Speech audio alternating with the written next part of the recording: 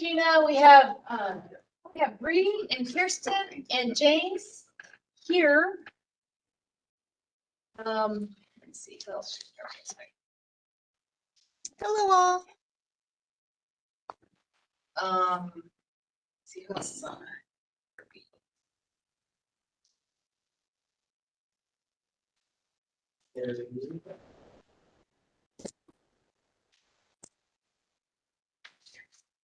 Yeah, so we have Dan, who said he did RSVP that he was gonna be here. John Steele, I just got done figuring out, I got an email to him, so he should be here. And John Steele, so Kirsten, Sherry, Regina, and Bree's here, so record them. Okay.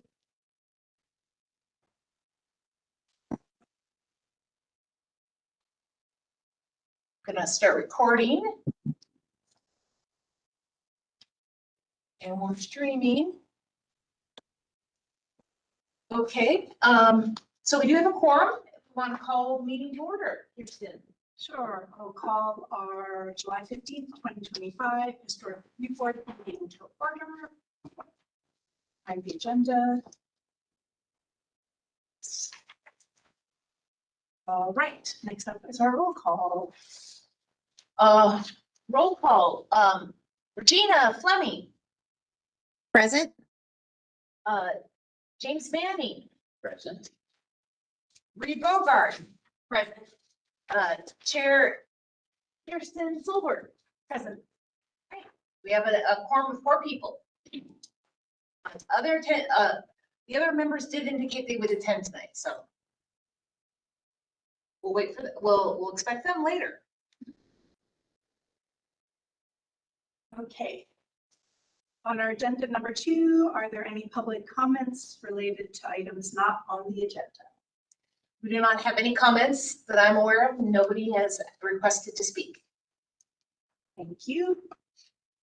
Next up is approval of the draft meeting minutes for our April 16th, 2025 historic review board meeting. I move to approve. I'll say. All in favor? Aye. All opposed? 4-0? No abstentions. All right. Next up is our West Linn waterfront project update. Yay. Yeah. Fun stuff.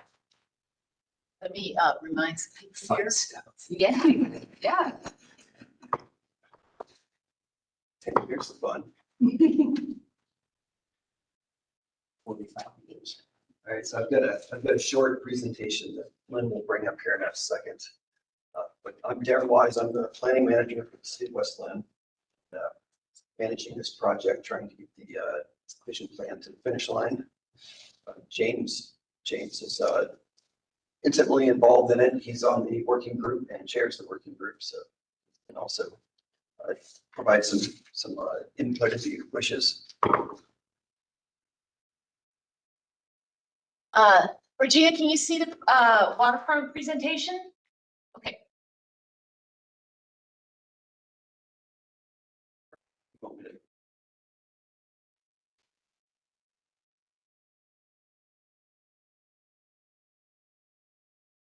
All right, so I'm just going to give you some background about how we got to this point for anybody that hasn't been following along closely.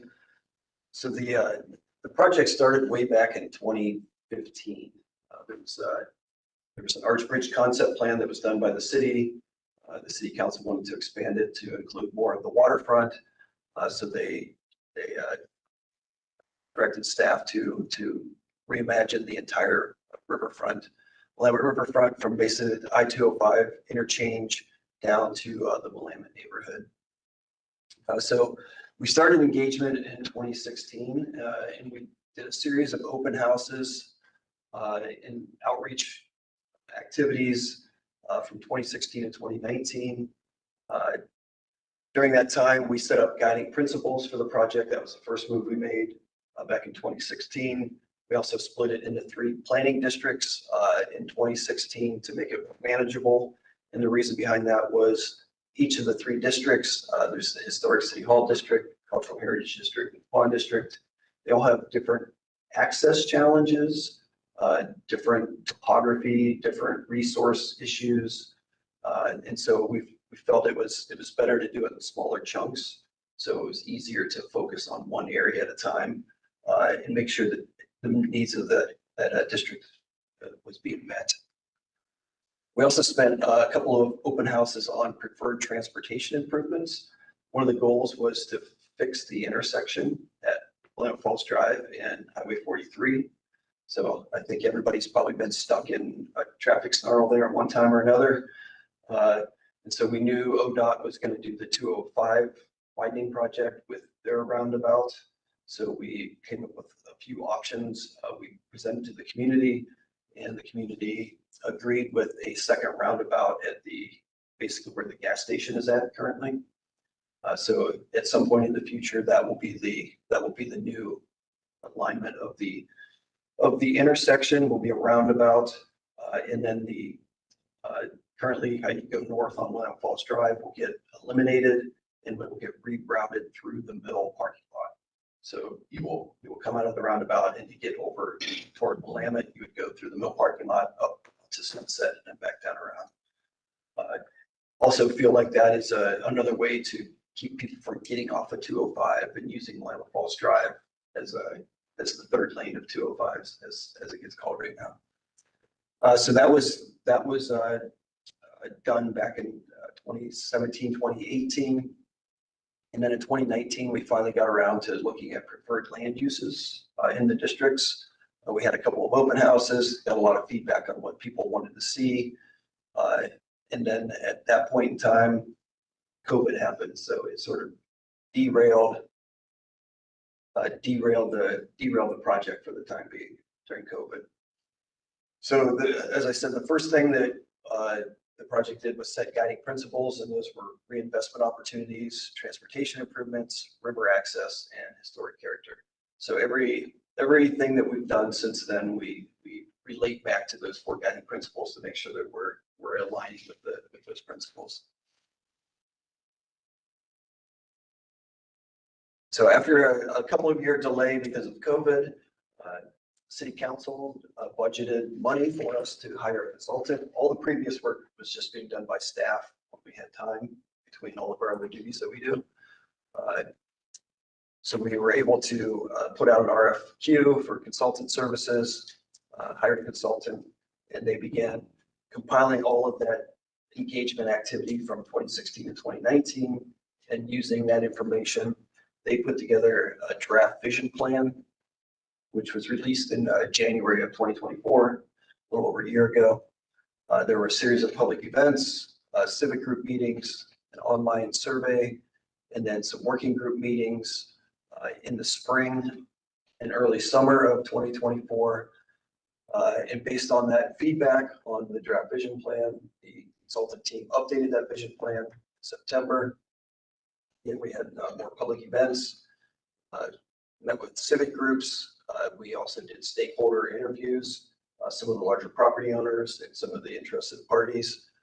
Got property owner feedback, and again, the working group met again and provided feedback on that updated vision plan, which then we again took all of that information, and the consultant team did a final draft vision plan, which came out in December of 2024, which hopefully everyone has had a chance to comb through that and provide feedback. So again, we put out an online survey just looking for the level of agreement if we've captured what the community wants to see in this riverfront area. Again, we had some civic group meetings, and then the working group has met twice this spring to finally come to a recommendation on the draft vision plan. So the online survey was available mid-December through the end of January. As you can see, overall, there was support for the plan, stronger in some districts than others. But we see that as a sign that the community is bought into the vision.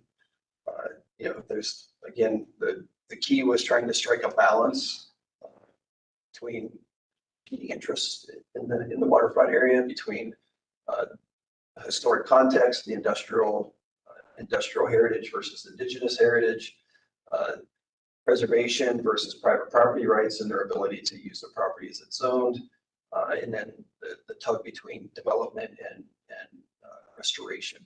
Right, so there's competing interests. So the consultant team did their best to try to strike that balance to get a plan that is representative of everybody's interests.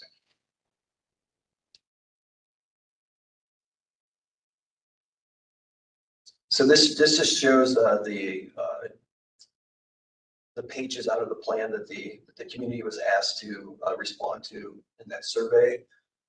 There's sort of the context statement on the left there. Just is a written synopsis of what the district would be, and then the actual framework plan, which is a map of each of the districts that shows preferred amenities, potential locations to do things, in sort of a context of where certain land uses would be, and then historic structures or historic preservation activities. So after all of that was done, again, a few more tweaks were made to the document, and then we brought the final vision plan to a working group meeting in May, received some feedback, and then we again made a couple more changes, and then brought it to the working group for a final recommendation last week. It's quite a spirited conversation.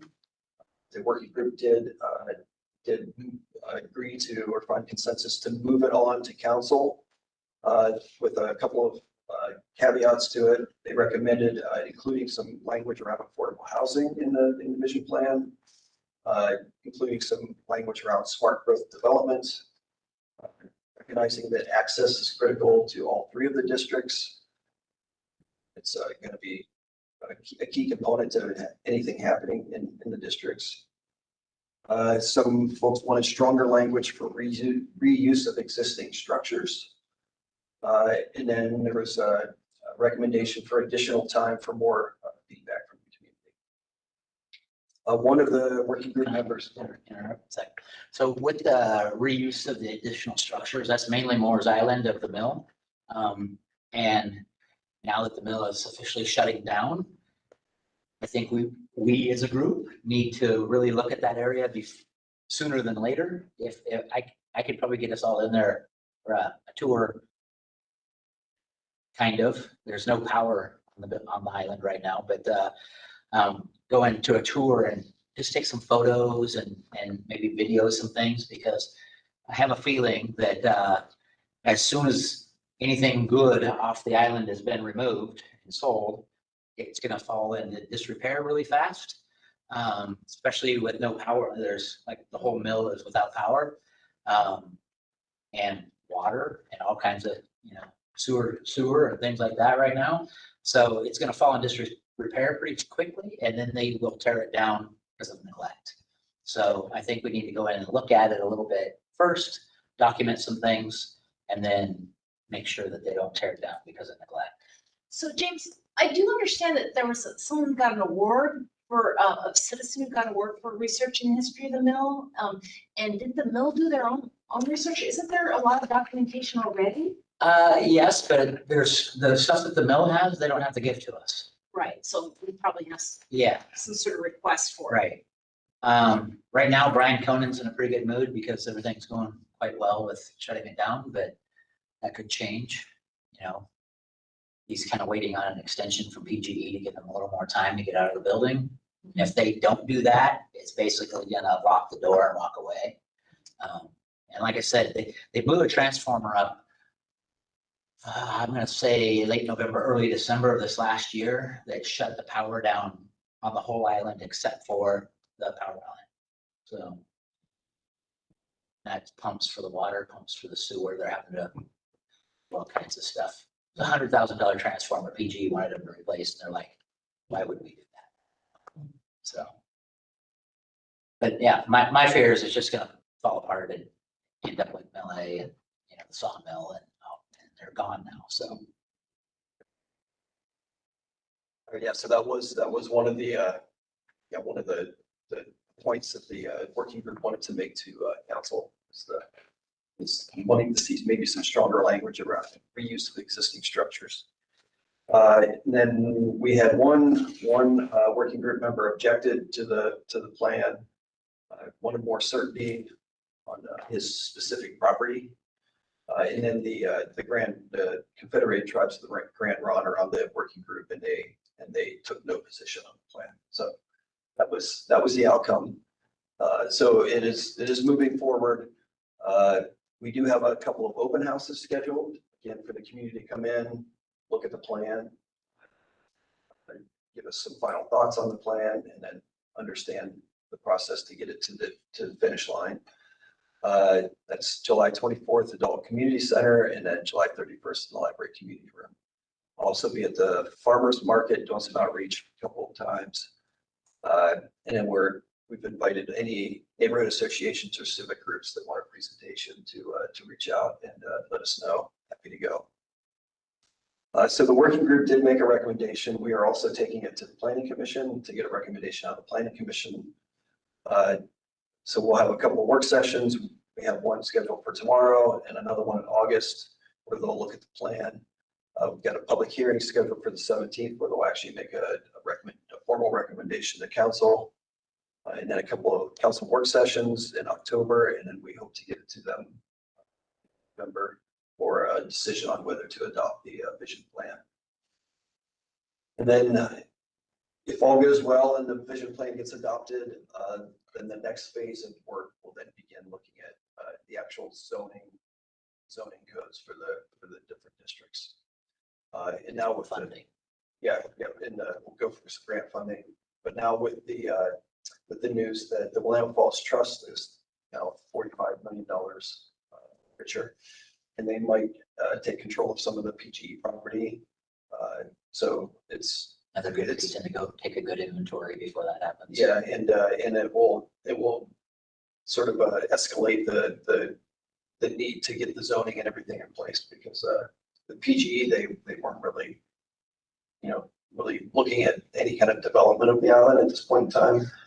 So if the trust has some kind of control over it, then they'll want to start talking about what they want to do with the island and make sure the zoning aligns with it, as well as the property owner that owns the old mill parking lot behind Historic City Hall. They've been sitting on that since 2017-ish, waiting for the zoning to change so they can see what they can do on that property. So that's it in a nutshell. That's where we're at. May I ask PC and CC work sessions? Planning Commission, Linn and City Council. Yeah, sorry.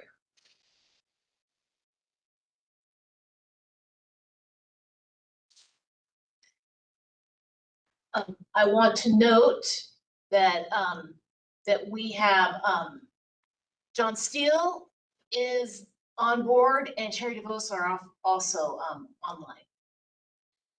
John, if you could press the down arrow of your mute button and select your speaker, you might be able to speak. Does anybody have any questions about the waterfront vision plan or the process to get it in front of council? is there talk or consideration about an existing project that the West Linn waterfront project aspires to? Like, something big like Vancouver's revitalization, or? Those are some of the examples that we looked at over the last couple of years of what's happened in different areas. But at this point, it needs to go to the city council to continue, because as a working group, we can just keep, kicking the can is basically what we would be doing after this point. So the city council, needs to say, yes, keep moving forward. And then I would say there might be another working group on how to get some grants and what the next steps are and things like that. But at this point, we just kind of need the blessing of city council to say, we're going to keep moving forward. Because there's financial things that need to happen now. So I would imagine another working group put together to actually look at the zoning and the zoning code. Right now, you can get to 60-foot height. It's the Willamette River Greenway zone. So that's sort of what we're thinking is the base height, right? So that's where we'll start. There, Meaning the max height? Site, yeah. yeah. Base height, Well, yeah. Sorry, max height. Yeah, Okay. yeah. max height. Yeah, but there is a regulatory policy and regulatory memo that the consultant team has put together, which looks at all the different riverfront, like five or six different riverfront redevelopments around the region, including Vancouver, Hood River, and several others down in Eugene, and how each of them approach it differently, with mandatory minimum heights, mandatory housing included, maximum heights, uses, and repurposing. Yeah, just whatever type of neighborhood community they were trying to create through the redevelopment plans. So do you think if there was different working groups or a working group formed again after council says, yes, this is okay, we're gonna do this, would we divide those into, the city hall area, the island and the pond areas, working groups, or would it still be under one larger? I think it would just be a group that would be Okay. easier to manage than Yeah. having to manage together. They can have it all. Yeah. Also, the continuity of three individual groups sounds, you want to have some sort of, Yeah, you want to have them feel like they're connected. Yeah, it is. Yeah, it is one waterfront. We just pieced it out to try to make it digestible. my thing is I really want to see the path go in, so. Yeah. Whatever we can do to do that. Yeah, and I know there's been a lot of research done on the pathway, and so it's always been envisioned that eventually we'll have to end up at Willamette Falls Drive unless you can somehow get over onto the island. And Well, now that, I don't want to go down a tangent, but now that the warehouse, PGE owns that warehouse. So if that's part of the $45 million, purchase, then the path would then go up basically the drive from there onto Willamette Falls Drive, past the substation, and then it can drop right back down into the parking lot, basically. So it wouldn't be much there. And it might be a kind of a cool thing that it does touch back up on there, because if the road eventually changes through the parking lot, you could, incorporate that path there, right? It wouldn't have to go back down to the river because there's no way to get down to the river. So, to answer your question, so there is the tax increment financing district over the entire waterfront and different adjacent areas. So there will be funding available for the city to do infrastructure projects. So Willamette Falls Drive is in there, so to get the shared use pathway as long as, I believe the riverfront trail is in there. Parking structure, the historic city hall district. There's also money for parking structure in downtown Willamette. So there will be money available at some point once the increment gets large enough to start borrowing against it. is the Willamette parking structure part of the whole waterfront one? It's part of the TIF district. Yeah, okay. The TIF district, included the waterfront, downtown Willamette, and across 205 to the commercial areas on the north side of 205 too. So it encompassed a much larger area. Would you be able to guess what percentage of those districts are within a FEMA flood zone? Seems like at least a good portion of it is. The historic city hall district, not much of it. I mean, the island is, of course. Yeah. Pond district, so the cultural heritage district, not much of it. The pond district, the pond that PGE owns that the mill was using, the 100-year floodplain is below the pond. The 100-year flood line, if you think about it, is if you look at it like 9th Street that goes, the steep hill that goes up Willamette, about 5 houses towards the falls is about where that line is for the 100-year flood. Yeah, and then the pond district definitely has the most impact from North Lane, yeah. And with the, was it 95 floods? Was that 100, considered 100 Yeah. floods? So in 96, yeah, in 96, there was water. Well, there's a few new houses where there was water in 96, but most of the houses down there weren't flooded. So the old Volt house had water in it. The 2 houses behind it, or 3 houses behind it, had water in it. And then that kind of grassy lands where Farwell's had the horses, on 9th Street, that was all water. But not many houses really had a lot of water in 96 there. Okay. Yeah. I live Because it- near the because Cedar it kinda- Boat Landing. Kind of goes up a bit. A lot of houses. Yeah. With water, so I'm surprised. It's good. Yeah, when FEMA redrew their maps in 2008, they used the 96 flood line as, Just 100 years. yeah, pretty much, yeah. Okay. Next, there was aerial photo documentation of. Yes, where it was, yeah. Mhm. And then Lynn, would you be able to let us know if you're able to get that inventory and documentation from the mill? Well, what we would need to do is probably, make a request for that, so the HRB would probably, have to, make a decision that they wanted to request the information. And then, that would be part of, perhaps Darren submitted to the, city council with this, or it could do it separately. Another person that has some documentation that nobody really knows about is Jody Wait, from Walkfest, because she would run tours and she would run videos through there that at the time the mill really didn't know she was doing it, or, so. And I guess there's a chance that Willamette Falls and Landing maybe has procured some of that already. Might be worth checking to see. Maybe. It might, some- I haven't heard them talk about that, Okay. so. so you want to request photo documentation, videos Anything they have from Morris Island, yeah, from Moore's Island? and around the Inventory, lakes. documentation. Yeah, there probably won't be an inventory because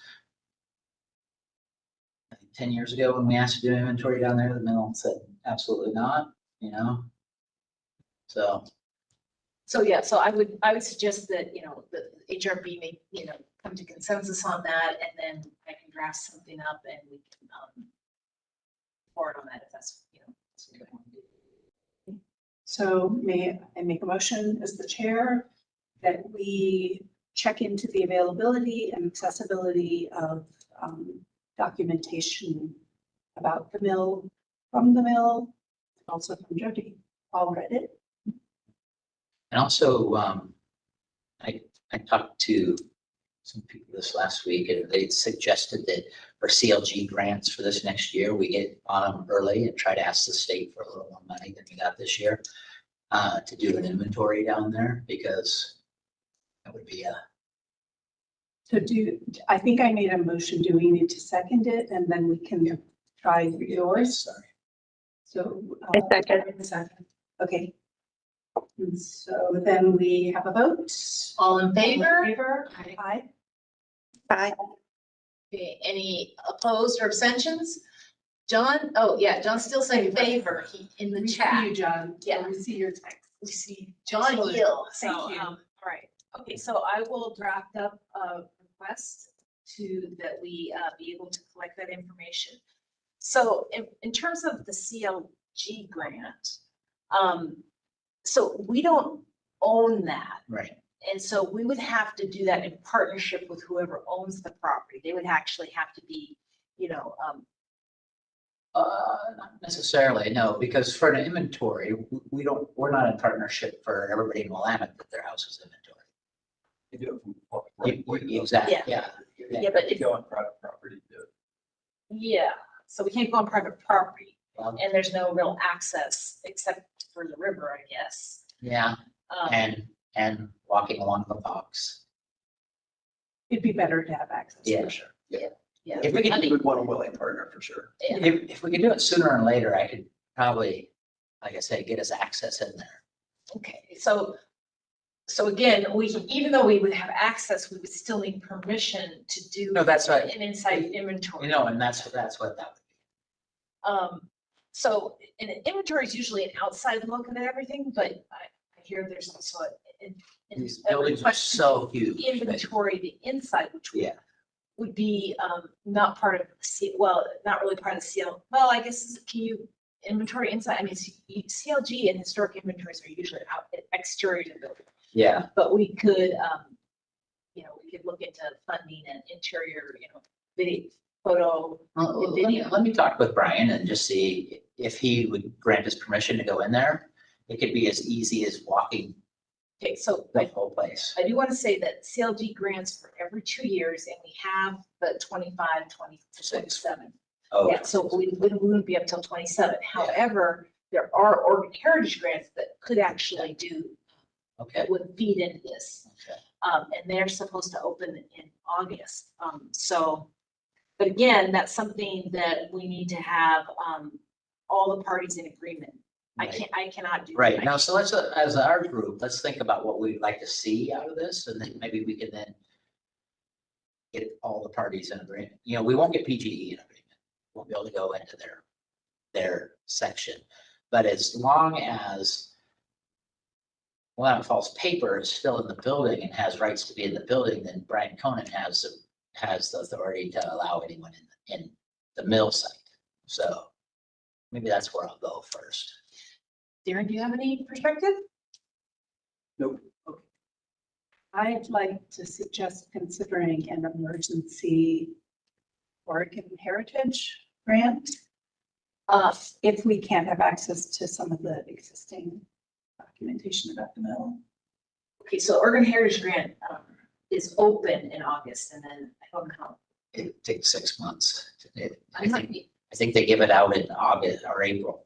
oh, okay, yeah, I don't know I about, think they give it April 1st. They give Yeah. the money out. So, Are you saying we don't have time? well, I'm saying the timelines aren't matching it, because there's no emergency funding. Yeah. right. It just feels like. I think the easiest thing to do would be to try to get permission from Brian Conan to go down there sooner than later while he still has control of his buildings on the island. Because once he doesn't have control, it all reverts to PGE. PGE won't allow it. And then if Willamette Falls Heritage Coalition buys that property, then it's up to them to allow it. And they want to tear a lot of buildings down. So Right, so, Really? really, so here's the thing is green space park.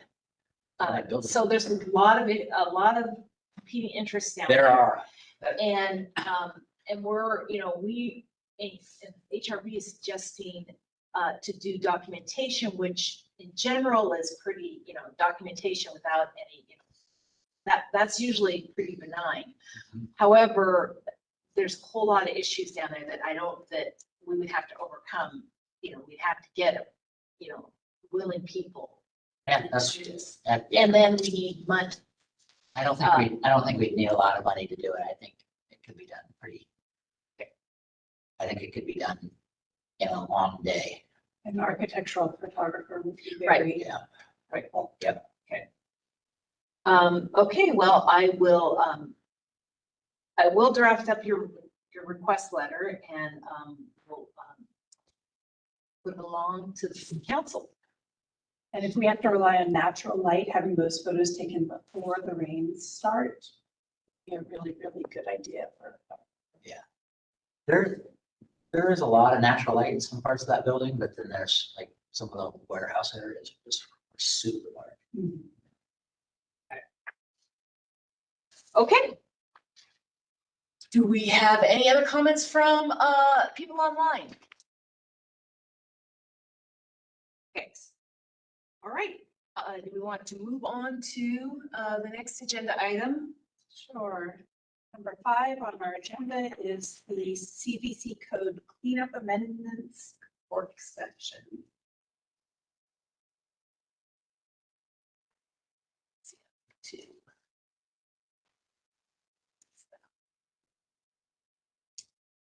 Let's share.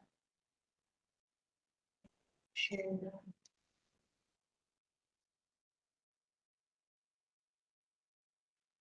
we go.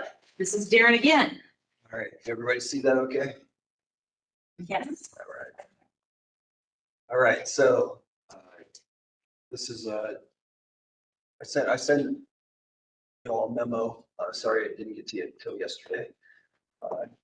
But there's been some changes in state statutes that we're now changing the code to comply with. So I wanted to come to the HRB because there's a few decisions that the HRB makes us in their role. And I had a couple of questions for the group on how you would envision it moving forward with these changes in the state statute. So the change in the state statute is around limited land use decisions. So this is in ORS 197.015, which just, it used to be just tentative subdivisions and partition plats and design review of a permitted use. The legislature last year added replat, property line adjustment, and extension, alteration, or expansion of non-conforming use. So all of those are now considered limited land use decisions. But the big change was in Darren, how, can you just tell us what limited land decision is? it's just a defined type of application that gets processed in a certain way. And then there's land use decisions are typically like what we're doing here, changing the code. That's typically a land use decision. And limited land use decision is someone actually applying to do development on the property. Or to Or do a property change line something. adjustment? Yeah, Yeah. where before that was, And just to, that just came through you, basically. just to verify, this is not under our jurisdiction. It's a state change. I mean, it's not, the historic review board doesn't No. hear these cases. Well, design review do. That's Yeah. where I'm going to get to here in a second. Yeah. Thanks. Yep. So they added a couple of, or three things to the limited land use decision definition. But the big change was how they were processed. So previously, the way the statute was written is that it was the floor. It's like, it was the minimum you had to do, but then it left it open to cities and counties to make it more arduous than the limit, than the floor. So a lot of jurisdictions, including West Linn, sent things to a quasi judicial hearing, which the HRB is engaged in Class 2 design reviews. So with the change in the legislation last year, they added this number 6 in the process, which said you can apply these procedures and only these procedures. So it took the floor away, and now it's the procedures we have to follow. We have no choice. So it's eliminated quasi judicial public hearings for these types of reviews. And you simply send out a 100-foot notice, written notice. You provide them a 14-day comment period. Anybody in a 14-day. So all the neighbors within 100. feet get the notice, but anybody can comment, even if you live on the other side of town. In a 14-day comment period. So that's the process we have to use moving forward. So for instance, we're sending subdivisions to the planning commission. Subdivisions will now just be a staff level decision, which we've been processing middle housing land divisions and expedited land divisions in that way for the last 2 years, and it's fine. We've got clear and objective code, so it's a pretty simple yes or no answer. So you don't really, in my opinion, need a quasi judicial Decision board. makers, that tells you, that's good. Yeah, so that's importance of having a clear and objective code. So as far as the historic review board, so some questions for the group. So right now, the historic review board makes decisions on historic design review class 2. So like when someone wants to put in, add an addition to their house down in the Willamette district, or one of the local landmarks, they want to add an addition or change something to their house. Class 1 staff does, but that's less than 100 square feet of change. So it's typically if they're switching out, swapping out a window, and we do those. But anything bigger than that, it's come to the historic review board. So our proposal is to keep the HRB as the decision maker. Just the way you make the decision would change. So you used to hold a full hearing, right? Get a presentation from staff, you get a presentation from the applicant, anybody could come and testify for or against it. The applicant could rebut, and then the group would deliberate and make a decision. Well, we can't do that anymore. So our proposal would be is that we get the applicant submittal, which then the planning staff will have to be very diligent to make sure that they supply everything that the HRB could possibly need to make the decision. So we have the checklist and the code of everything they need to submit. So have to be very diligent to make sure that you're going to get everything you need. And we would write a staff report of our interpretation of whether or not they're meeting the code. And then anybody that submits written comments within that 14-day period, we would provide that to the HRB 10 days in advance of your meeting. And then you would simply come to the meeting, deliberate to a decision. Yeah, there would be no staff presentation. There would be no. The only thing, the deliberation would give us, you know, to use hardy plank versus roadwood sighting and things like that. Yeah. Kind of like what we do now. Yeah. But instead of doing that in front of an audience of people that just presented, it would be to the staff.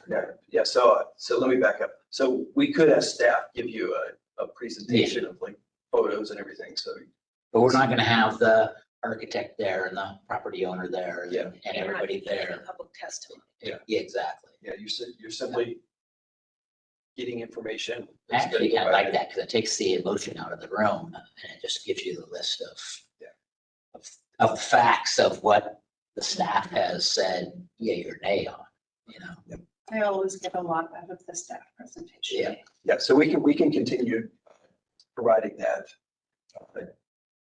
Would the HRB still be able to ask questions of the staff about the report? I'd have to check with the city attorney's office about that. But yeah, the whole thing is that it's not an open quasi judicial hearing. Where you're going to hear from the applicant and then from the public and then be able to rebut and Is this ask a them questions. response to, you know, the stuff or? Uh, Because there's been a lot of cases that, It's not from this jurisdiction, but other jurisdictions that go, Yeah. you know, go all the way to the state to get a decision that was made. Yeah. Well, it's being done under the housing crisis, because of the housing crisis. I think a lot of it has to do around subdivisions. Is there a time limit on any of these? Because I know on some of the stuff for the housing, they said staff had to make a decision within 90 days or it was approved on. Yeah, so I'm not sure if any of these fall into the, That was what, House Bill 2011 gave a 90-day. once it's typically 120 days. I think they did reduce the timeline for some things. I'm not sure if this is one of them, but hopefully we would never get close to that. Yeah. But anyhow, so that is our proposal. I mean, the other option is we just make a staff level decision, but we felt like some of these bigger projects, it's good to have the historic review board look at it, right? And it just eliminates that back and forth you can have with the applicant and the public. So this is a summarized, you know, little bit of what happened. And where can we find what this, you know, so if you went back one and told us what. Oh, yeah, so there was Or CDC. the memo that was sent to you by Linn yesterday has links to Does the, it? It should be linked in the agenda that you got too. yeah, Okay. I think there are links to the, we can get it to you. Yeah, I I can. just like that. Yeah, Senate Bill 1537 was linked in there. Yeah, so it's really got everybody, all the jurisdictions in the state now realizing the rules have changed. We need to update our code, especially around subdivisions.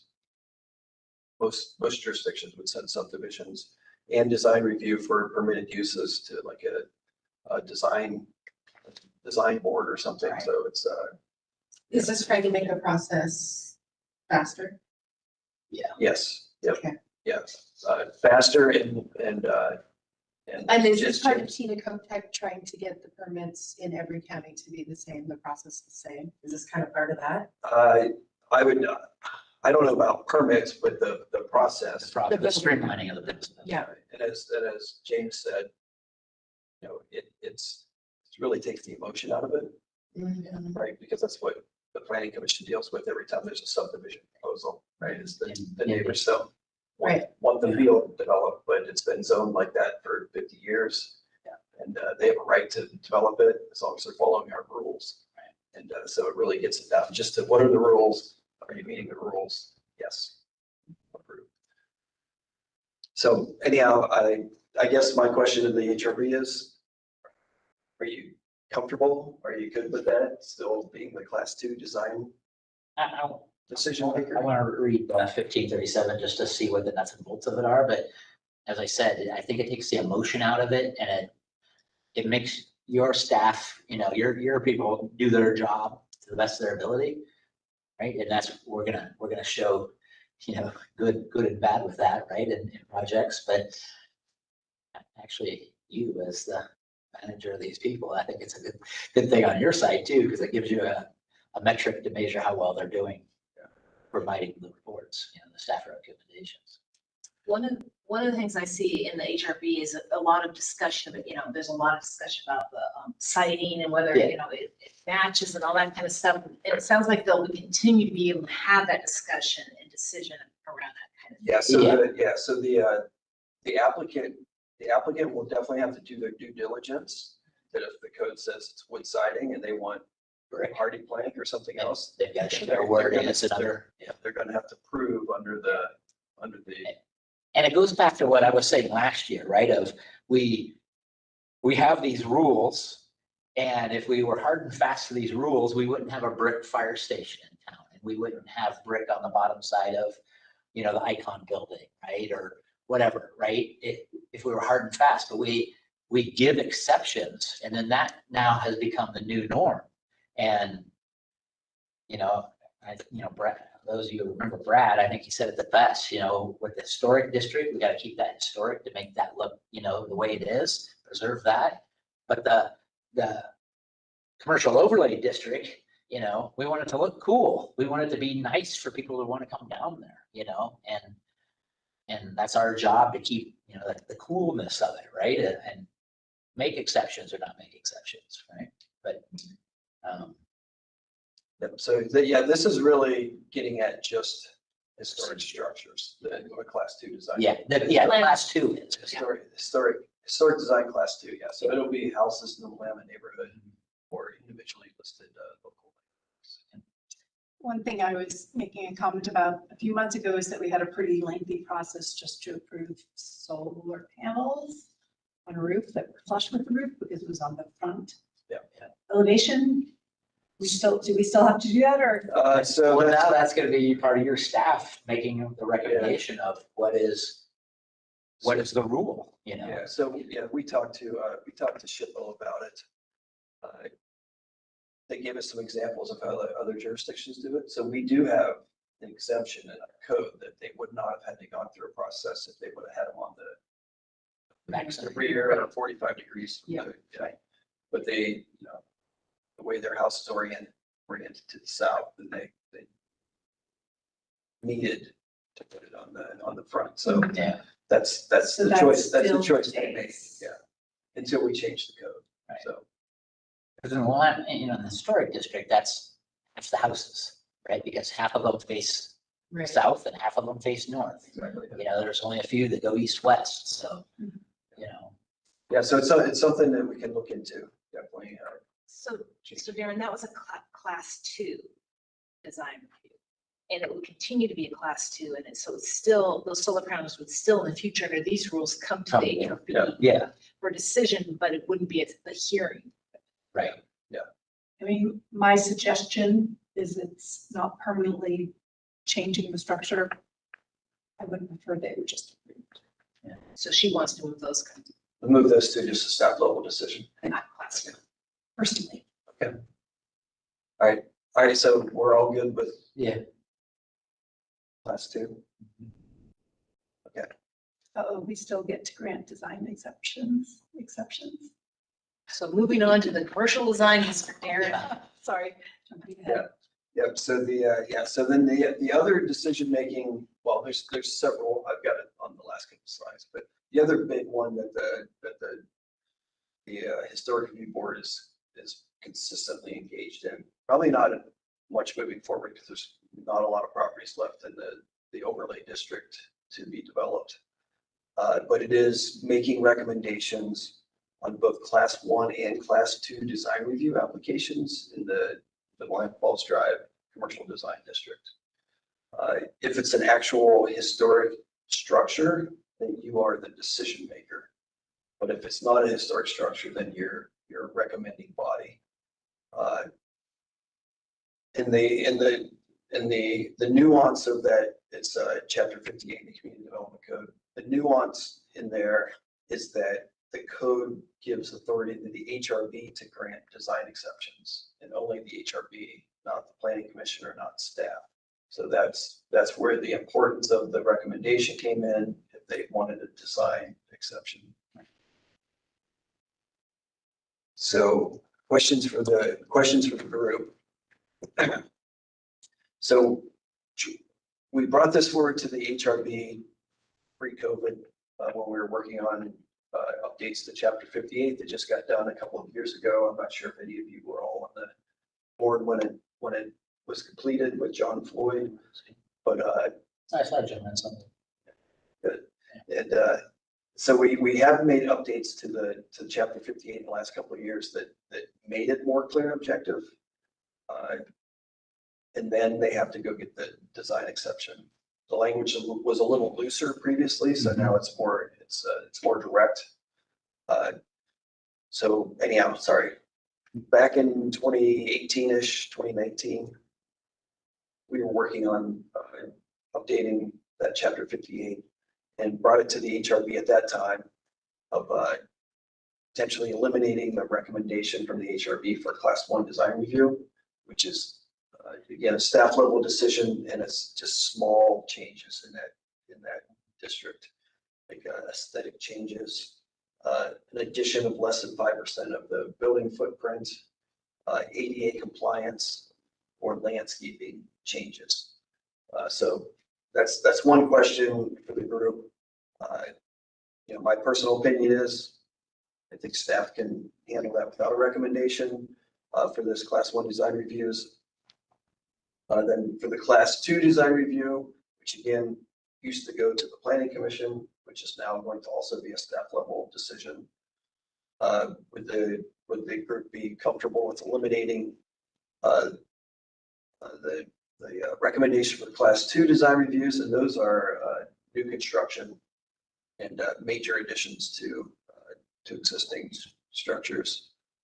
And then again, the design exceptions, since currently the code gives the authority to the HRB, would the HRB be comfortable using the decision-making process, the non-quasi-judicial that I outlined for the class 2 historic design review?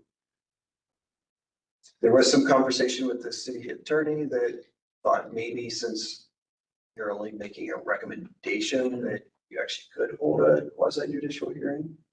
But Why would you do that? yeah, but you'd still get to the same. Does this mean we don't need a quorum anymore? No, you still need You a need- quorum to make a decision. So It's just getting rid of the process of Hearing. having an applicant and applicant Yeah. rebuttal and the formal legal Yeah, process. And the timing that involves and getting, And the standards of that legal standard, and it's more of just a deliberation for you guys. You would still be making the decision, it would still be a vote, and it would be, it would have to be a Yeah. motion and all that kind of stuff. Yeah. So it would still be following like that. Gotcha. Okay. it would be basically everything we do currently, except for having the architect and the homeowner or the property owner there Right. to make their case, right? So one of the concerns might be that you don't have the public comments, like you wouldn't have someone coming and saying, you know, I love that historic house, or, I mean, I love that, Yeah. you know, we have a lot of public But comment. they do have a option for public comment. It's just a written public comment that we would then read Yes, prior to the meeting. yes, So Yeah. exactly. I like All right, that better, so- to be honest. All right, so I'm Yeah. gonna go back and break it down into my 3 questions. Okay. So what does the group think about just simply eliminating the recommendation for class 1 design review? So again, these are small changes that staff processes, like just, I would be okay with that because you're basically doing it. And you're Some doing it projects. per the design guidelines.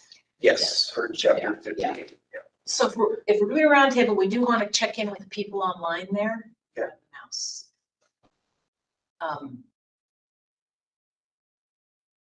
What would the? Go ahead, Bree, yeah, do you have any? Right, what? Do you have any comments? Well, we were going back. I think basically what you were saying is out of the 3, the 2 you were thinking would be handled by staff decisions. And the 3rd to us, correct? Did I hear you correctly? So yes, 1 and 2 are staff level decisions. The HRB doesn't make the decision. Staff is going to make the decision. But the HRB is currently tasked with making a recommendation Okay. to staff. Yeah. Gotcha. Level 2. Level 1 too, also. Yes. Oh, level 1 as well. Currently, a class 1 design review. So like, for instance, one of the property owners wanted to change their door.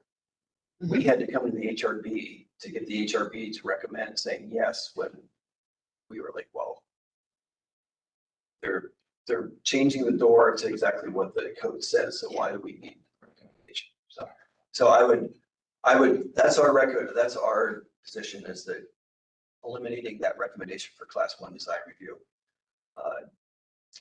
Class 2 design review, again, we could keep the recommendation and then just do the same thing that we're gonna do with the class 2 decision-making in the historic properties, where we'll bring you all of the information, and then you would just have a deliberation amongst yourself and then make a recommendation.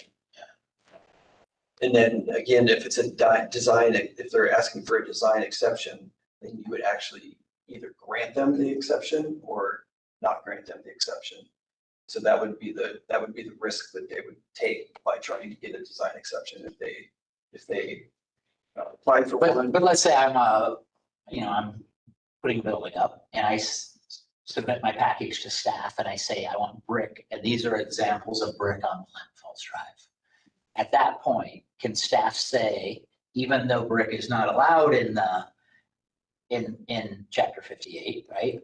Can staff say, we recommend this brick based on these examples that they have given us, and then we have to say yay or nay on that? Or do you then say, I'm rejecting this based on the brick in 58, and then we can say yay or nay?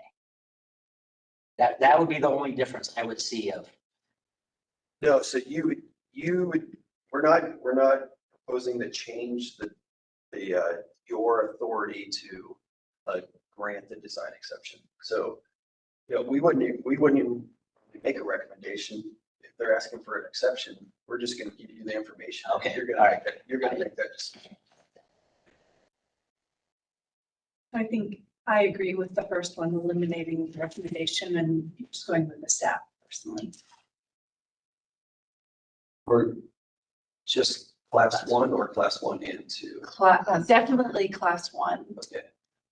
And this is not exactly what we're debating, but I'm a little bit worried that if we get so little experience with class 2 design reviews, when we get to the design exceptions, we're going to be so rusty that we won't have a good basis for making a decision, just because, we have new members come on, and that's not the right way to make a recommendation, but it's just a thought that I thought I would share. Okay, well, I mean, it does provide some shade for staff also by bringing it to the HRB and having you look at it and say, yes, we recommend approving it because we think it meets the code. Right. Mhm. And then we make the Right. decision. And again, I can get back together with the city attorney's office and see whether we would want to do it just as you deliberating, make a decision, or there was the brief conversation I had with them that since it's a recommendation, it's not a decision, maybe we could do it quasi judicially.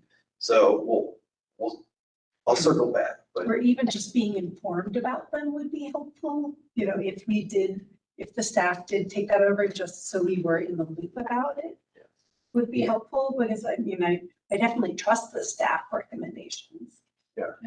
I don't know if the quasi judicial or not is necessary, to be honest, because without public comment and people coming in, I don't know why you would want to do that, John asked a question. John Steele, did you ask a question? He did. He typed something in Oh, let me see. about the HRB having the ability to dispute a staff decision. Let's see. In summary, something along those lines. So John Steele asked, is there some process that the HRB dispute that should the HRB dispute the staff decision, the HRB can insist on a review? Well, if we didn't grant the application based on the staff recommendations, it would then go to planning, right? Planning commission, no. so Or not anymore. you'd have to pull up the code, Lynn. I don't know this off the top of my head. I think it can only be appealed to council, but you have to look at the code. Yeah, yeah. HRB decisions are appealed to the council. Council. Yeah. But let me, I think his question was, if it's not our decision and we disagree with the staff decision, what our is the job? process? Then the council would get involved. let me see, was that your Yes. no, that yes was. That yes was there before. Yeah, that was what I said. You said, John, did you? All right, go back to the code. Or he was answering. Municipal code. Can you remind me, was the solar panel class 1 or class 2? It's class 2. Just go to chapter 99. Yeah, let me.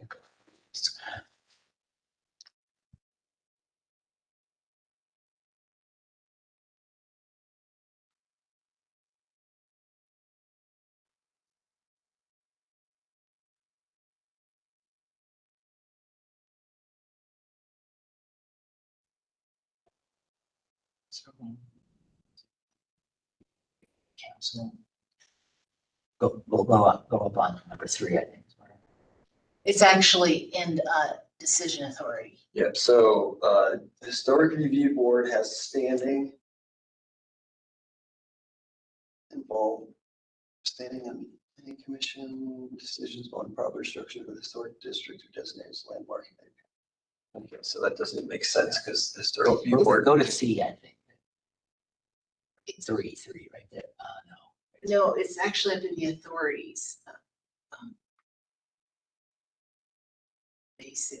Well, I know that you have authority to appeal. Yeah, so I don't think there is. I think his Back to- question is if we didn't even have the opportunity to review it.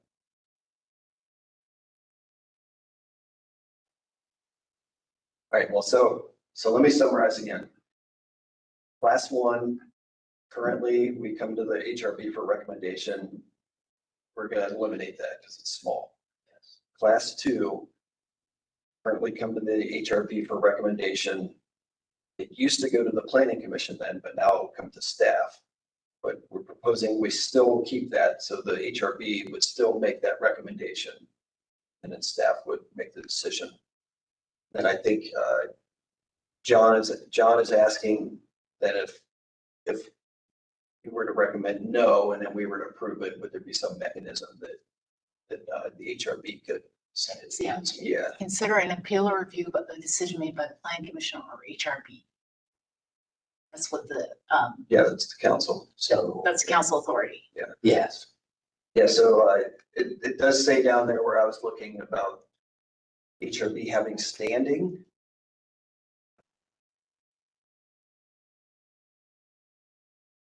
To express concern about a staff decision.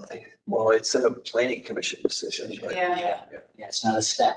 So this actually has to be reworded to say just that, right? Because now it's saying if it doesn't like an HRB, or if HRB doesn't like it, planning doesn't like it, then it can go to council. But it doesn't say anything if we don't like the staff's recommendation, what the recourse is.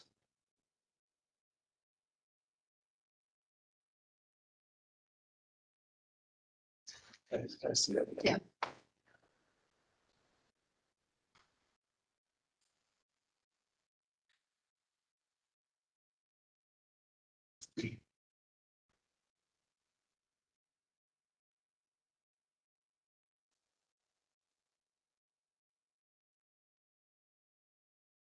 Because in the past, the HRB and the planning commission reviews based off of 25 and 58 to make sure that it complies.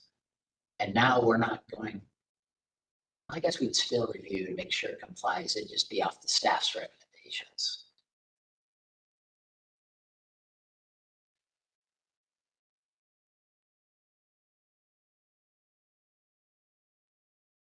Yeah, that's, It is very awkwardly written. Yeah, E doesn't make any sense because yeah, planning commission doesn't make decisions involving property with structures of any historic district or designated as a landmark. So that doesn't even make any sense. So we could amend that to say that the historic review board shall have standing in all decisions involving last property within the Lino Falls Drive Commercial Design District. So that way, if you did make a recommendation and staff made a different decision, then you could ask Yeah, council absolutely. to Yeah. call it up and redo it. So in that situation, if there was a decision, then the HRB would have to meet and make a decision to appeal it to the city council within the 14 days Yes. appeal period.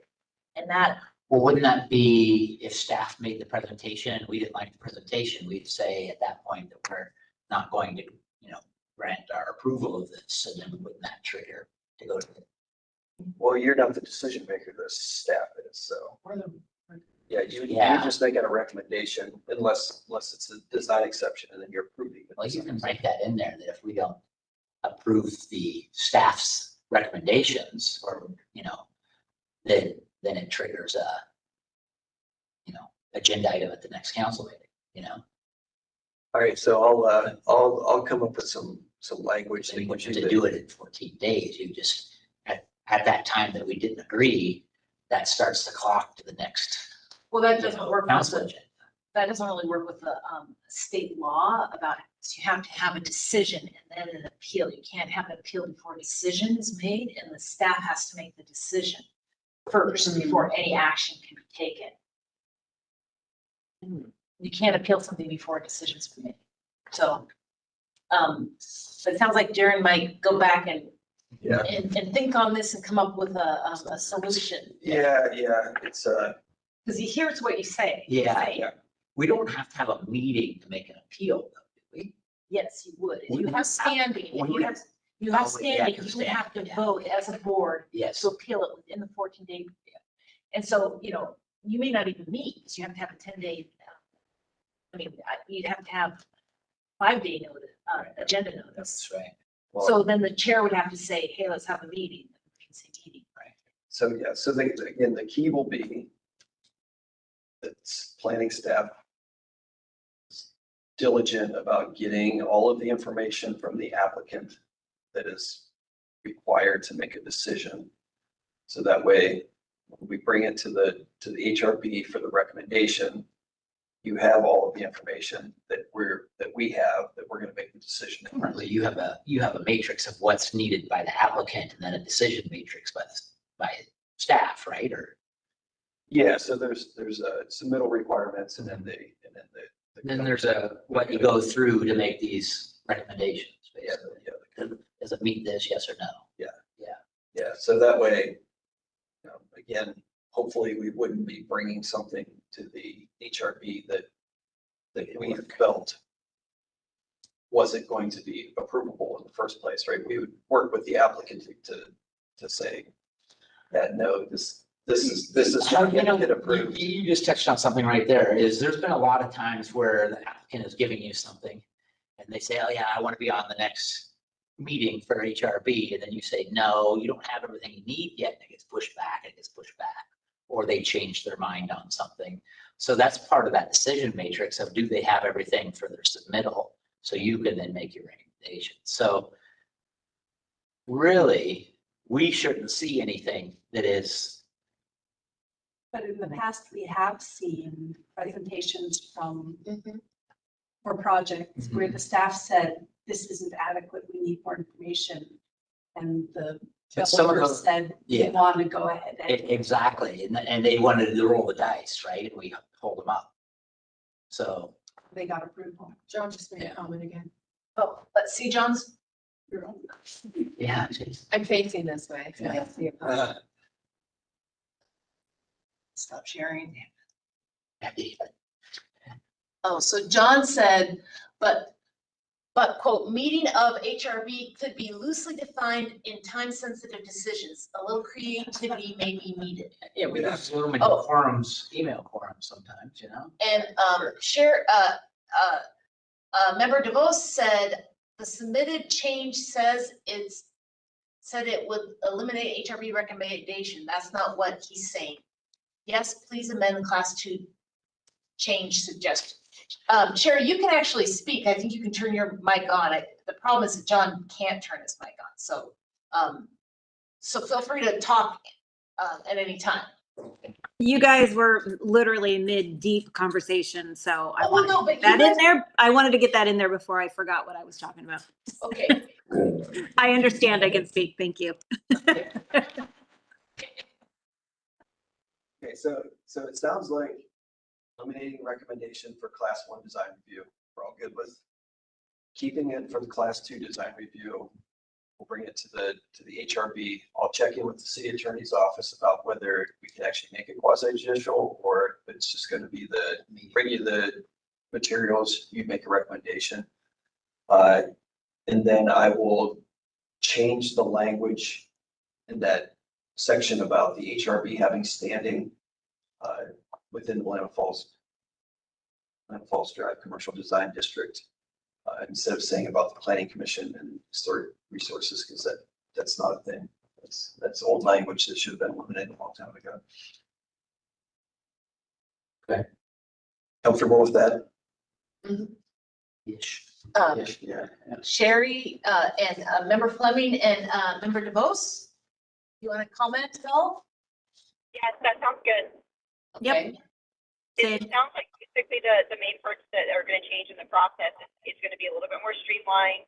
The public's still going to have an opportunity to speak. The applicant's still going to have an opportunity to put in everything. So really, it's just kind of a little bit about who's in the room during what conversation, what aspect. Okay, there will not, just to clarify, there won't be public testimony at the HRB meeting about it. Be written and submitted 10 Written days and prior. submitted beforehand, Got it. yes. Okay. John Steele, do you have any comments? Do you want to write any comments in the chat that we can, we haven't discussed this? So I see John. Yeah, so we typically send notice to the HRB members for a class 1 decision. So you'll get notified that this class 1 decision is going to occur. So if you wanted to send in comments, you could. Absolutely. But again, that might require the chair call an emergency meeting. Well, you can send it as an individual, not as Yes. an HRB.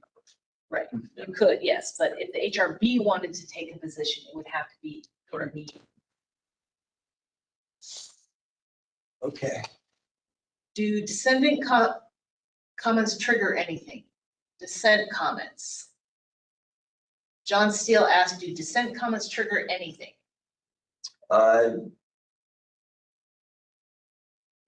If they were the majority, I would say yes. Well, it depends on what the code criteria is, right? If the code criteria is you have to have wood siding and they submit for hardy plank siding without asking for an exception, then that should be a denial, right? If someone, well, even if no one comments on it, it should be a denial or a condition from the decision saying you have to use wood siding. Otherwise, if they're asking for a design exception, then it's coming to the HRB to grant them that exception, right? So Darren, I have a question using an example on, I think it was Coopertown, where we had the applicants wanted to do some changes in the siding. And that was quite a discussion. And I think that at the time, the HRB said, after hearing testimony, they agreed with it and allowed them to do different siding. Do you recall that? On the last building or like the one that, the Willamette building? Yeah. Yeah. Oh, the Willamette, yeah. Yeah, that was Jerry. Yeah. Offer. Yeah. So how do you think, how would that decision be made differently with this new the new proposal? Okay, so if it's in the Willamette Falls Drive Commercial Design District, only the HRB can make a design exception. Staff can't. So if they submitted an application and the code clearly says you have to use wood siding, 1 by 8, I believe it is, or something. Mhm. And they say, well, we don't want to use wood siding, we want to use hardy plank. And it's like, okay, well, we're going to take you to the HRB and you're going to have to get an exception from them. And that's where I need to go get back with the city attorney's office, whether that can be quasi judicial or not. I don't think it can because it's part of the decision making. Making process, Yeah. right? So it would be, they would But for submit, us to do a design exception, we'd have to do that. they have to submit materials, right? It's right in the code. And again, that's where staff comes into play, that we can't let them submit a half-baked application. We're gonna have to make sure now that they have everything that is in there in order to make that decision. So I think they have to provide photographic evidence and a narrative as to why They want the this exception should be granted based on other buildings, other approvals. in that other- timeframe, yeah. That's just whatever. So then that's when if the HRB then grants the exception, then staff could move on to make a decision. But if you deny the exception, then we would have to deny the application or tell them to withdraw it Yeah. because we can't approve it. We can't approve it as they've designed it. So staff would submit the report with the staff report with the applicant's description of what they wanted to do. And the HRB would discuss it and vote on it and give it back to staff, who would then make the decision. Yes. Yes. And if the whole building was designed with this exception and the HRB denies the exception, then that's essentially denying the application, which Staff sort of got, have to start. that's what sort of got convoluted in the last one Yeah, that you guys. Exactly, yeah. So, But actually, I think it would be better because you haven't made your decision, staff hasn't made their decision on the thing yet. So if we come back and give recommendations, then the staff could say, okay, you can either withdraw this and resubmit, or, we need to work on it, right? It actually, make it better, you know, Yeah. make a better building, you know, the process, I don't know, is gonna be much better, but the outcome, you know, the process probably would be too, based off that last building.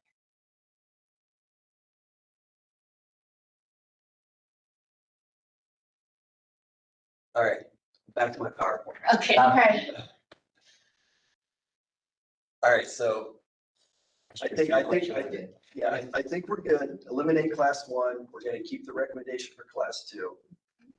And then we'll keep the design exception as it is, where we'll come to the HRB for your granting of it or not. And we'll still be informed about the class one. Class one, yeah, yeah, so I'm not sure how we're doing business now, but we're supposed to be sending out class one I think I've seen to two. the Yeah. HRB. We've gotten them different ways though in the past of, hey, we're looking at this class one, or hey, this class one was approved. Yeah, so we should be sending the physical written notice mailed to you. Okay, and then the last part is currently it again requires a recommendation from the HRB on a land division containing, on a property containing a historic resource. So I highly recommend we eliminate this because there's no mechanism to deny a land division if the code criteria. We've never, in my history on this, we've never said no to it. Yeah. Because they've met the process and So, so it's just. we just know that, hey, there's gonna be a project coming up where we're gonna have to approve a new building, so, you know. Yeah, so yeah, it's just adding additional time for the applicant to get through the process. So HRB is comfortable eliminating that. I Okay, am, yeah. okay, good. All right, and then my final two slides, I believe. Do we need to check with the members online? Oh, I mean, Yeah. virtual. Yeah, anybody online have an issue with eliminating the recommendation for subdivisions and partitions? No issues.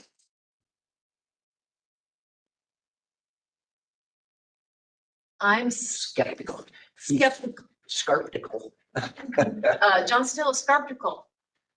Skeptical. Okay. Okay. John, do you want to type more about that?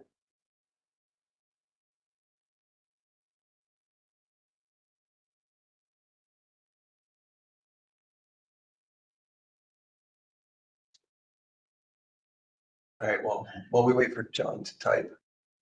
So here is the current code of the Historic Review Board Authority. So class 2 historic design review is going to remain. Demolition permit, that will remain.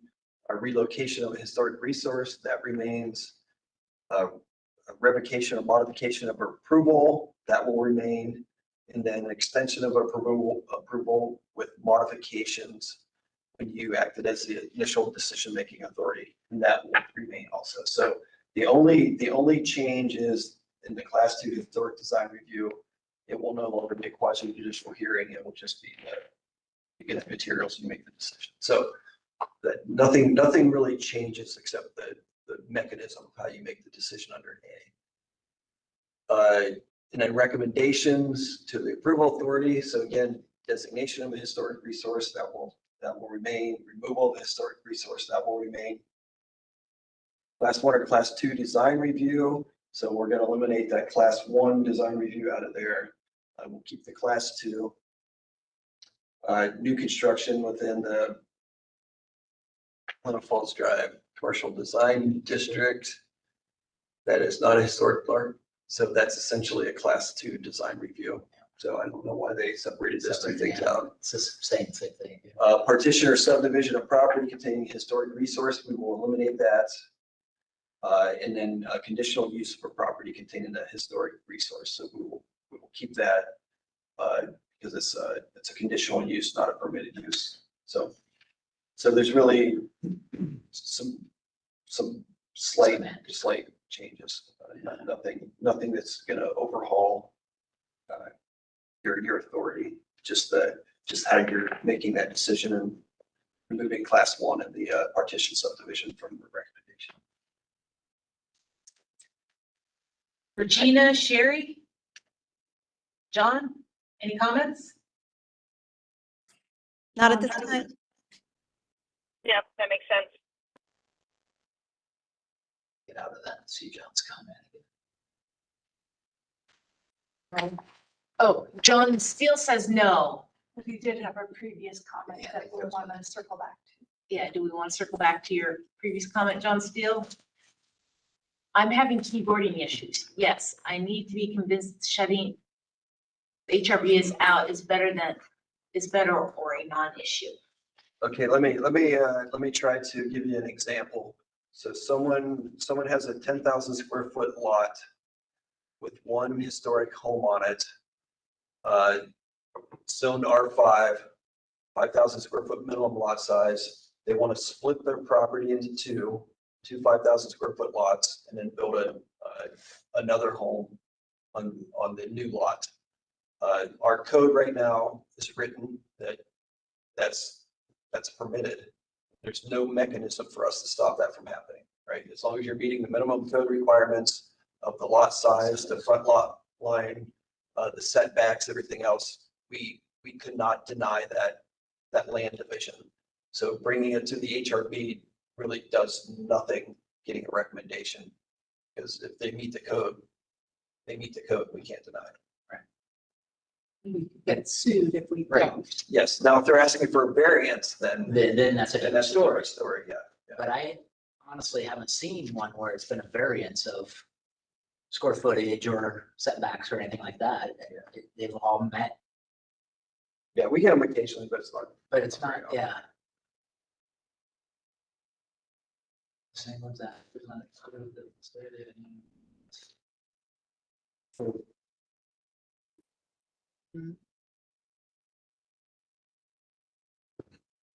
I do need to get out of here, so, sorry, but happy to come back next month again, if you want me to. We're gonna talk to the planning commission tomorrow night. I'll update them on what we've discussed. And then ultimately, it's up to council to make the decision. But yeah, we're just trying to get aligned with state statute and then maybe streamline our processes a little bit. Will you have some more written language next month that they can, or just more discussion? Yeah, I need to update Well, yeah, I was just gonna make a recommendation that once this is kind of filtered out of, there really should be what we do inside the historical district, what we do inside, or what we can do inside of the district. You know, because in the past, even though it was written in the past, there was a lot of confusion of what happened off of Willamette Falls Drive that was bleeding over onto Willamette Falls Drive, you know? So it kind of like to have I like decision matrices. What can and can't happen.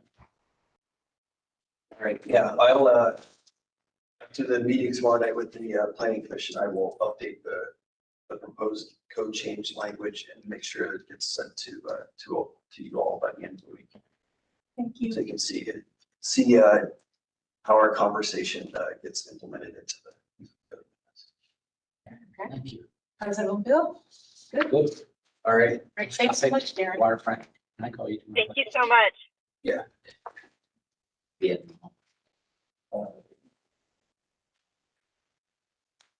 Thanks, all Darren. right, yeah. Thank you. Yeah, sorry. Thank you. Go on. You're right.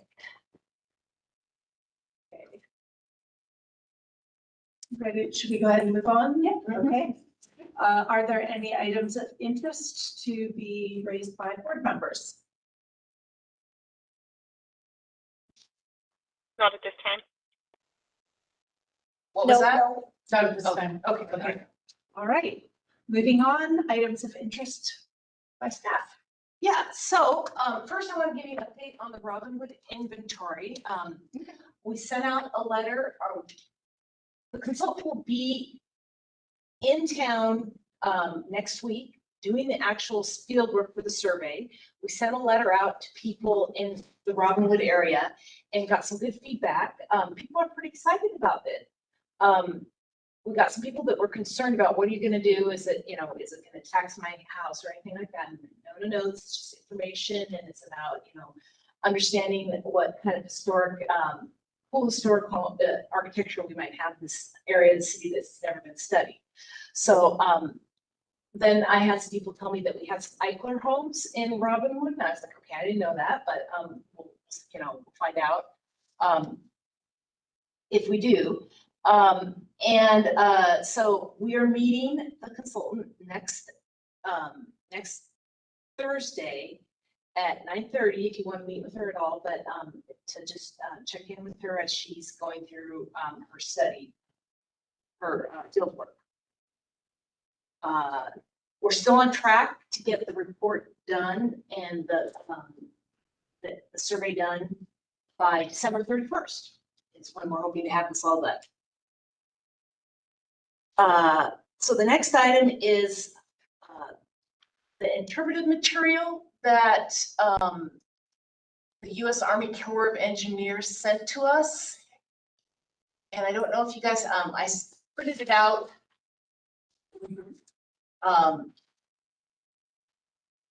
For everyone to take a look at.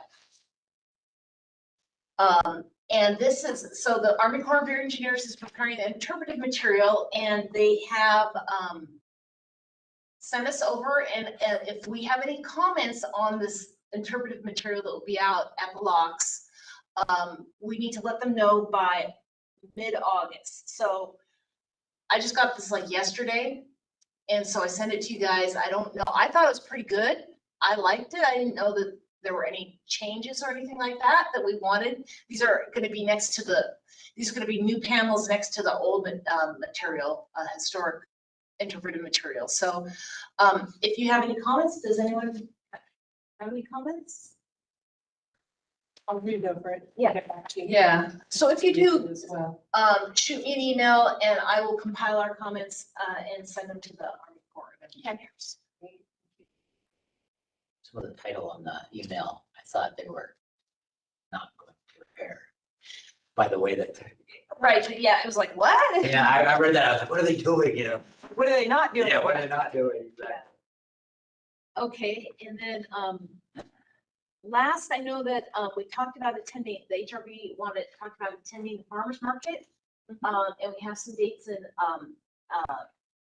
Wednesdays in August. If anyone's interested in attending that, please let me know, and I can, set us up with a table. They're Wednesdays at 4 to 8, be there whatever time. But if we want to do that and provide some information to the public, that'd be good outreach time. What information are we providing? Well, it was Kirsten's idea, so. So, I think it's great that we tell people what we do. But, Yeah. But after today, I don't know what we do, Yeah. right? Yeah. That's why I That's think why a I little wondered. cheat sheet of what we do on Willamette Falls Drive versus what we do Yeah. in the historic district are two different things, and we'd like to be able to explain those. But today, I don't think we can explain those. And it's in flux, right? What do you? That's what I mean. Yeah. Yeah. We're gonna be doing in September, so, Exactly. okay.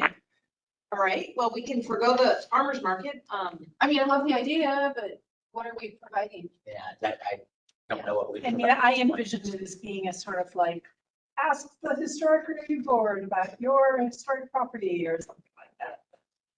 Easier said than done. Yeah, and I can, maybe attend to do some outreach on the Robinwood inventory, even though, it's not really, In Robinwood. it's not in Robinwood, but But it's still West Linn. it is. So, Yeah, people from all over, West Linn go to that, so. Yeah. Okay, well, I'll look into scheduling that sometime in August. Could you share again the day and time you're meeting with the historian? You said 9:30 a.m. Thursday? Yeah, let me check here, just, I don't want to give you the wrong date.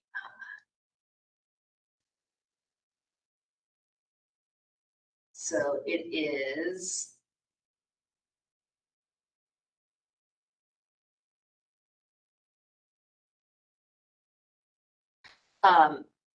Okay, it's Wednesday, July 23rd at 9:30, and we're meeting at the Robinwood Station at 9:30 at the picnic table with a, Across the street from me. oh, okay. Try to make it. Bring his phone. It's the only thing I For ever, recycling? yeah, that's what I ever. Okay, No, wait, oh, yeah. Wednesday, July 23rd at 9:30 a.m. Yeah. Okay. Okay, thanks. Anybody, any questions from, anybody online? Not at this time. Everything you know is wrong. Oh, wait a minute. I apologize for not having reviewed it, but moving the spruce goose through the locks is interesting. Everything you know is wrong.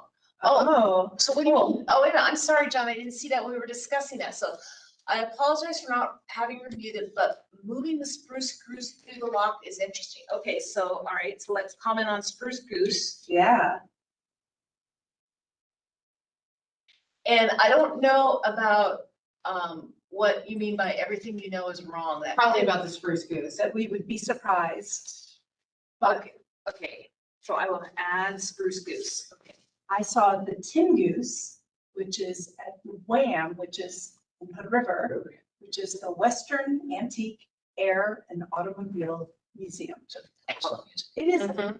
I never even knew Frank about Maxon, it. right there. It's impressive. Oh, I want to take my son on one of that, so So- I'm gonna have to call you about that. So go pay full price because that's how they make their money, Yeah, okay. but go for the fly-in. It's the Friday before Labor Day. It's amazing. Planes fly in from all over the country and just, you can get rides and Okay. I've ridden in a biplane upside down there. I've ridden in the Ford Tri-Motor there. It's a really cool. They have Model T classes, like once a month. Oh. And so I was there and people were learning how to drive Yep. and crank Model Ts. Yeah. And they'd round a corner and they would stall up. Somebody would have to get up, crank it, Yeah. you know? People Yeah. would wave and do the booga booga horn. Very Yeah, if fun. you haven't been to that museum, it's well worth going to. All right. Okay, diversion, sorry. It's like $12, so it's. Okay, so wait a minute. John Steele says, Denny said we don't know what our job is. Just comment on change. Is John Steele talking to us?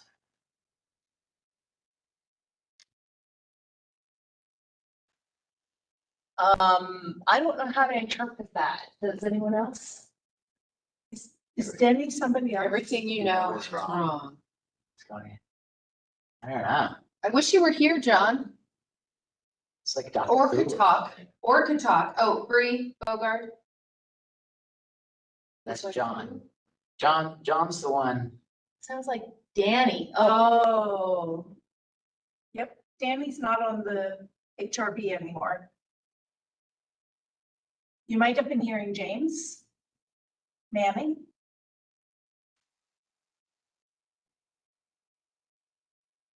Blue shirt. that's Yep. James Manning. James Manning. They're really bad.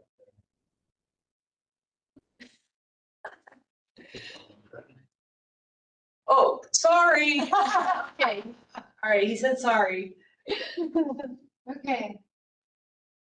Everything you know is wrong. Well, okay, I suggest that John Steele send us an email about What's Yeah. wrong? what he means about everything we know is wrong. Yeah. I mean, that sounds like that's So- fine. The real Yeah. deal about. Yeah. Spruce Who? Goose. Tell us what's up. It makes me wonder if the Wikipedia page about the spruce goose fits wrong too. See, that's what I'm saying. This is Ah. Yeah. All right, so, okay. That's all I have for items of interest. Great. I put it, is that the last item? I sort of, Yep, that's your. okay. Well, let's go ahead and adjourn the Historic Review Board meeting at 7:38 PM. Thank you. Okay, thank you. Thanks. Thanks. Thank you, everyone. Take care. Bye. Bye. you. Danielle.